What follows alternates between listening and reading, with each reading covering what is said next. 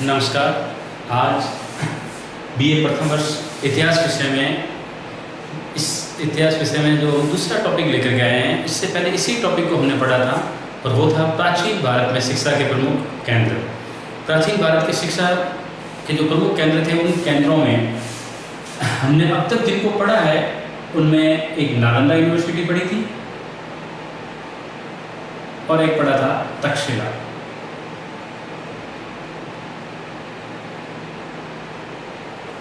और नालंदा तक्षशिला, इन दोनों प्रमुख शिक्षा केंद्रों को हमने पढ़ा है पार्ट फर्स्ट में। आज मैं पार्ट सेकंड के साथ उपस्थित हूँ, जिसमें हम पढ़ेंगे वल्लभी, विक्रमशिला, कश्मीर, काशी और धारा। तो इन संदर्भ में हम अभी 5 शिक्षा के केंद्र और पढ़ेंगे और 2 अब तक पढ़ चुके हैं, तो इसका मतलब 5 + 2 = 7 शिक्षा के केंद्रों का उल्लेख कर रहे हैं, जो अपने बीए पार्ट फर्स्ट में भारतीय सभ्यता एवं संस्कृति का एक इम्पोर्टेंट टॉपिक है। और उसमें हमें ये पढ़ना है कि प्राचीन भारत में जो शिक्षा के प्रमुख केंद्र थे उनका उल्लेख करना है। तो उनमें हमने 2 का पढ़ा है और 5 बाकी है। तो 5 का इतना बड़ा वैभव नहीं था, वैभवशाली तो खूब थे, लेकिन इतना उल्लेख नहीं है जितना नालंदा और तक्षशिला का पढ़ा है। तो हम अभी पढ़ रहे हैं वो पढ़ रहे हैं। पहले सबसे पहले पढ़ेंगे अपन विक्रमशिला को, उसके बाद वल्लभी, और फिर धीरे धीरे करके एक एक करके सभी टॉपिक्स को पूरा करेंगे। सबसे पहले जो टॉपिक्स हैं उनको पढ़ रहे हैं विक्रमशिला को।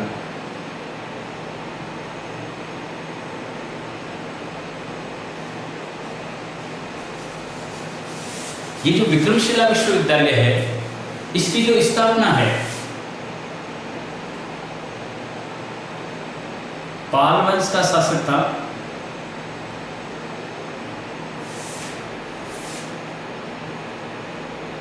धर्मपाल ने लगभग 8वीं सदी में की है। कब की? 8वीं सदी में बंगाल में पाल वंश के शासक धर्मपाल द्वारा इसकी स्थापना की गई थी। इसकी स्थापना जो हुई है वो वर्तमान के बिहार जिले, बिहार राज्य में एक स्थान है भागलपुर। भागलपुर से 25 मील दूर है, यहाँ पर हुई थी। यानी लगभग आपको एग्जैक्ट लोकेशन याद रखनी है। बिहार राज्य का भागलपुर जिला, और भागलपुर जिले में स्थापना हुई थी किसकी? विक्रमशिला विश्वविद्यालय की। स्थापना करने वाले शासक थे धर्मपाल। जिस वंश के से रिलेटेड है वो है पाल वंश, और बंगाल का शासक था, और 8वीं सदी में की है इसने। अब ये जो है विक्रमशिला विश्वविद्यालय, ये बौद्ध शिक्षा का प्रमुख केंद्र था।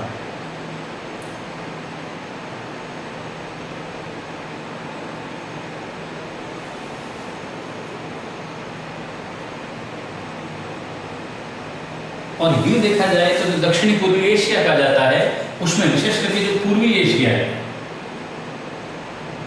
जैसे पूर्वी एशिया से अधिकतर स्टूडेंट जो पढ़ने आते हैं उसमें आते थे नालंदा यूनिवर्सिटी में, वैसे ही जब विक्रमशिला विश्वविद्यालय की स्थापना हुई तब अधिकतर स्टूडेंट विक्रमशिला यूनिवर्सिटी में भी पढ़ने आते थे।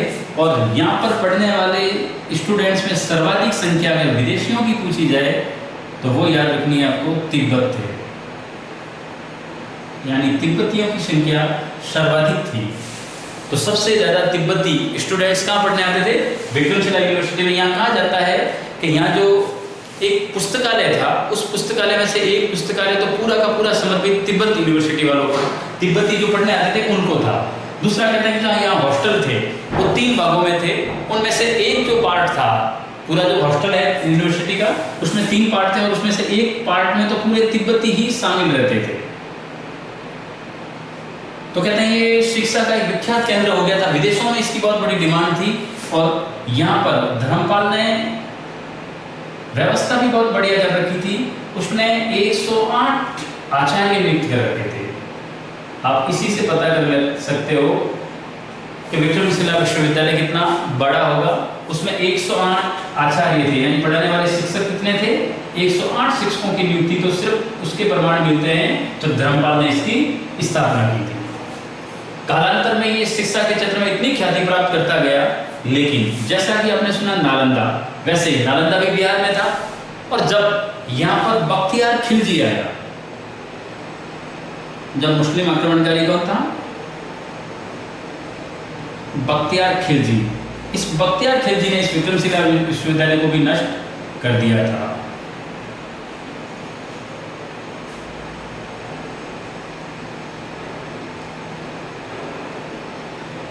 किसने किया? बख्तियार खिलजी ने। अब बख्तियार खिलजी जो आया तब उसने क्या कर दिया, जितने भी यहाँ विहार थे उनको सबको तोड़ दिया गया, मूर्तियां जितनी भी रखी गई थी उनको तोड़ दिया गया, इसलिए इसको मूर्ति भंजन भी कहा जाता है। कहते हैं हिंदुओं से रिलेटेड जितने ग्रंथ थे उन ग्रंथों को उन्होंने सबकी होली जला दी। तो कहते हैं इस विश्वविद्यालय की जितना वैभव था उस पूरे वैभव को नष्ट करने में सबसे बड़ा जो योगदान है वो योगदान किसका था? बख्तियार खिलजी का। यानी जिस यूनिवर्सिटी की स्थापना बहुत अच्छा काम किया धर्मपाल ने, उस सब यूनिवर्सिटी की महत्व है उस महत्व को नष्ट कर दिया किसने? बख्तियार खिलजी ने। इस प्रकार ये हुई अपनी एक विक्रमशिला विश्वविद्यालय। इसके बाद अपन पढ़ते हैं वल्लभी। इसको एक बार आप नोट डाउन कर लो।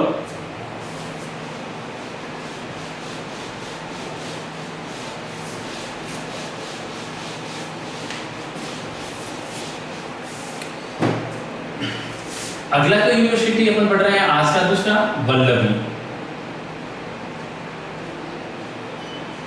वल्लभी भी बौद्ध शिक्षा का प्रमुख केंद्र रहा है।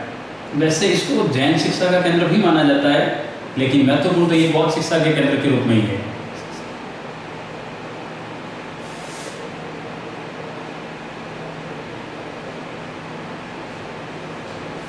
तो वल्लभी किसके रूप में? बौद्ध शिक्षा के केंद्र के रूप में विख्यात हुआ है। कहते हैं कि यहाँ के एक आचार्य थे स्थिर में, नाम याद रखना,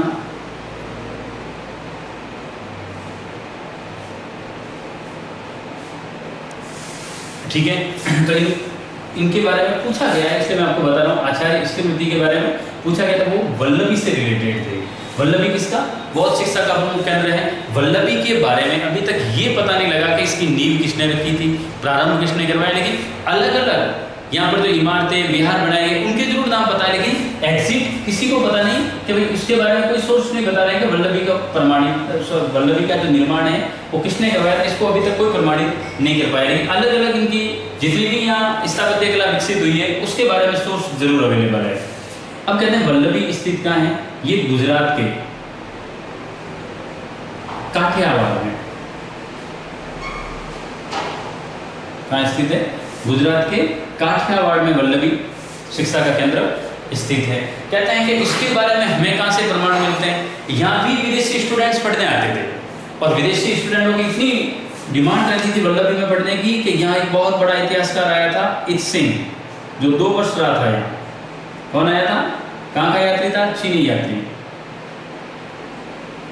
और उसी के यात्रा विवरणों से हमें पता चलता है कि वल्लभी का क्या महत्व था। तो वल्लभी के बारे में जो भी चीज बताई है वो ज्यादातर बताने वाला, उल्लेख करने वाला कौन व्यक्ति था? इत सिंह था। 2 वर्ष तक वो यहाँ रहा है। कितने वर्ष? 2 वर्ष तक। और वो कहाँ से आया था? चीन से आया था। इसका मतलब ये हुआ कि विदेशी यात्री यहाँ पढ़ते थे, इसके बारे में पूरा प्रमाण इत सिंह देता है। और ये इत सिंह खुद भी गवाह है इस बात का कि यहाँ आया, इसका मतलब यहाँ विदेशी यात्री पढ़ने आते थे। वल्लभी के बाद में अगर पढ़े तो अपने लिए सबसे इंपॉर्टेंट एक है काशी। इसका महत्व बहुत बड़ा है। काशी शिक्षा का बहुत पुराना केंद्र है और कहते हैं कि हिंदू शिक्षा का केंद्र है। क्या है?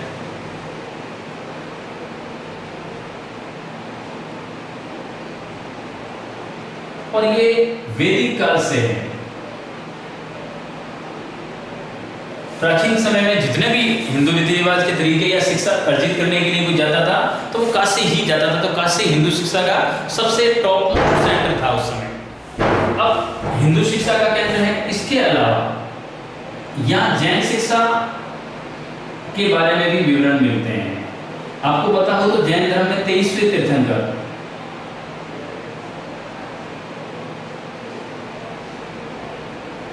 पार्श्वनाथ जो है वो यहीं के राजा यानी काशी के राजा थे अश्वसेन, उनके पुत्र थे। इसका मतलब 23वें तीर्थंकर पार्श्वनाथ का संबंध भी किससे है?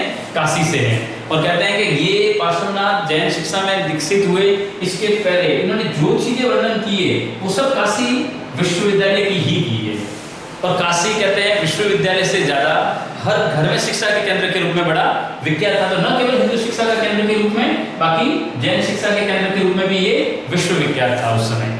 इसके अलावा अगर इंपोर्टेंट है तो एक है कश्मीर। कश्मीर शिक्षा के केंद्र के रूप में भी बहुत फेमस रहा है। कश्मीर में जो देखा जाए तो कहते हैं कश्मीर के बारे में हर्षवर्धन के शासनकाल का उल्लेख मिलता है। इसके अलावा अगर इंपोर्टेंट कोई है तो वो है कनिष्क, बहुत महत्वपूर्ण है, एंशिएंट हिस्ट्री का महत्वपूर्ण टॉपिक है कनिष्क, कुषाण वंश से संबंधित है। कनिष्क के शासनकाल में यहाँ पर चतुर्थ बौद्ध संगीति हुई थी।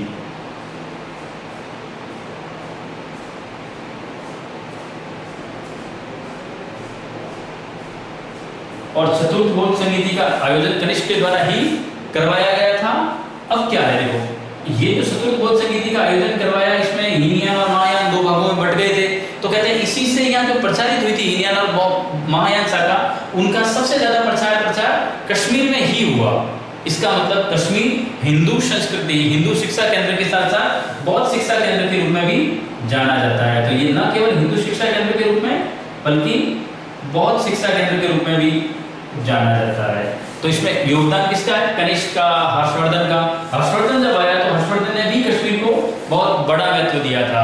तो कनिष्क और हर्षवर्धन के शासनकाल में कश्मीर में संस्कृति जो फली फूली, उसी के मद्देनजर कश्मीर शिक्षा के प्रमुख केंद्र के रूप में हिंदुस्तान की जो धरातल है उस पर प्रकट होता है। तो कश्मीर का उल्लेख विशेषकर हर्षवर्धन और कनिष्क के शासनकाल से ही माना जाता है। इसके अलावा एक इंपॉर्टेंट और शिक्षा केंद्र है और वो है दारा। और जो दारा है वो मालवा में है, मालवा एमपी में। ये हिंदू शिक्षा केंद्र था। इसी के पास उज्जैन है, तो उज्जैन का संबंध भी लगभग इसी से रहा है। कहते हैं कि ये परमारों की राजधानी रहा है। किसकी राजधानी? परमार वंश की राजधानी रहा है।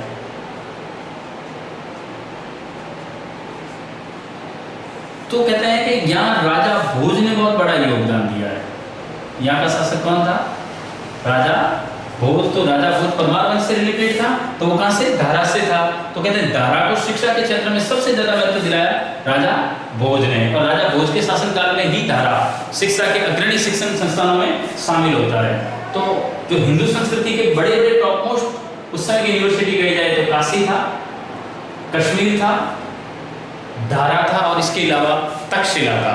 तो अब तक अपन ने जितने भी टॉपिक्स पढ़े उसमें 7 शिक्षा के केंद्र पढ़े हैं। पहले टॉपिक पार्ट फर्स्ट जो शिक्षा का केंद्र है उसमें हम पढ़ करने आए थे तक्षशिला यूनिवर्सिटी को और इसके अलावा नालंदा को। इसके बाद आज पढ़ा हमने पार्ट फर्स्ट में, पार्ट सेकेंड में पहला पढ़ा था विक्रमशिला को, फिर वल्लभी पढ़ा, काशी पढ़ा, कश्मीर पढ़ा और दारा पढ़ा। तो आज हमने 5 यूनिवर्सिटी के बारे में पढ़ा है और कल 7 यूनिवर्सिटी का अध्ययन किया है। इस प्रकार जो 7 शिक्षा के केंद्र है उनको पढ़ा है। अब देखो 2 चीजें आती है जो बिहार में स्थित थी, थोड़ा सा इस तरफ ध्यान देना। बिहार में 2 शिक्षा के प्रमुख केंद्र है, एक नालंदा और एक विक्रमशिला। नालंदा गुप्त वंश से रिलेटेड कुमारगुप्त के द्वारा और ये पाल वंश से रिलेटेड धर्मपाल द्वारा। इन दोनों में अंतर ये है, नालंदा अगर विख्यात हुआ, ये भी बौद्ध शिक्षा का केंद्र था, ये भी बौद्ध शिक्षा का केंद्र है, लेकिन याद रखना नालंदा महायान शाखा को ज्यादा प्रसिद्धि मिली, जबकि विक्रमशिला में हीनयान शाखा से ज्यादा संबंधित रहा है। तो कभी भी बौद्ध धर्म की हीनयान शाखा का प्रमुख केंद्र माना जाए तो वो कौन सा था? विक्रमशिला, जबकि नालंदा जो था वो महायान। लेकिन विक्रमशिला को मैं इसलिए बता रहा हूं कि हीनयान के लिए इतना याद नहीं किया जाता जितना महायान के लिए नालंदा को याद किया जाता है। लेकिन एक चीज है, नालंदा के समकालीन हिंदुस्तान में उस समय एक यूनिवर्सिटी और थी जो नालंदा के समकालीन थी और बौद्ध धर्म का शिक्षा केंद्र था। वरना सबसे पहले तक्षशिला आई, उसका लगभग वैभव खत्म हुआ तब नालंदा आई और नालंदा के बाद विक्रमशिला आई। इसका मतलब इनका कालक्रम जो है वो अलग अलग कालखंडों में ये आए हैं, तो इनका महत्व अलग अलग रहा। लेकिन नालंदा के साथ उस समय समकालीन यूनिवर्सिटी जो आई वो आई थी वल्लभी। ठीक है, और दोनों ही क्या थे? नालंदा और वल्लभी भी दोनों किसके? बौद्ध धर्म के शिक्षा केंद्र थे। अब याद रखना, एक तरफ पूर्वी भारत में नालंदा यूनिवर्सिटी है और पश्चिम में कौन सी है? वल्लभी। दोनों शिक्षा के केंद्र हैं। पूर्व में ज्यादातर महायान को महत्व मिला है, तो नालंदा यूनिवर्सिटी किसको समर्पित रही? महायान को, जबकि ये वल्लभी रही हीनयान को। दोनों याद रखना है, इसको भी याद रखना है। लेकिन इतना ही पूछा जाता जितना नालंदा और वल्लभी का, क्योंकि दोनों समान कालखंड में हुई है तो दोनों के कालखंड के हिसाब से इनकी शाखाओं को पूछा जाता है कि ये बौद्ध धर्म की किस शाखा को ज्यादा समर्पित रही, जबकि ये शिक्षा के केंद्र के रूप में बौद्ध धर्म की किस शाखा को समर्पित है, तो वो रही हीनयान शाखा से संबंधित। इसके अलावा हमने हिंदू शिक्षा के केंद्र में काशी, कश्मीर और धारा को पढ़ा। जो धारा, कश्मीर और काशी है, ये उस समय हिंदू शिक्षा केंद्र के रूप में बहुत बड़ा महत्व रखते हैं। इसके अलावा हिंदू शिक्षा केंद्र के रूप में बहुत बड़ा और सर्वश्रेष्ठ योगदान जो था वो था तक्षशिला का, जो हमने पार्ट फर्स्ट में पढ़ा था। अब अगर इस नजरिए से देखा जाए तो हमने अब तक जितने 7 यूनिवर्सिटी को पढ़ा है, उन 7 यूनिवर्सिटी का उस समय अपने अपने युग में एक अलग ही महत्व था और वो पूरे विश्व विख्यात थे, विश्व में उनका महत्व था। इस वजह से ही भारत कहते हैं इन्हीं शिक्षा केंद्रों के कारण विश्व गुरु कहलाया। उस समय सबका ध्यान भारत की तरफ आकृष्ट होता था, भारत के तरफ पढ़ने के लिए बच्चे आते थे। जैसे आजकल के बच्चे लंदन, अमेरिका की तरफ बढ़ते हैं कि वहां शिक्षा हासिल करने जाएंगे, उसी प्रकार उस समय सबका शिक्षा का केंद्र जो होता था वो कौन होता था, भारत होता था। और इसी कारण भारत क्या कहलाया था, विश्व गुरु कहलाता था। तो भारत को विश्व गुरु बनाने में जिन इंस्टीट्यूट का बड़ा योगदान है वो ये 7 इंस्टीट्यूट है। अब तक हमने जो प्राचीन भारत में शिक्षा के केंद्र थे उनमें 7 यूनिवर्सिटी को पढ़ा है और 7 के साथ ही अपना टॉपिक शिक्षा के केंद्र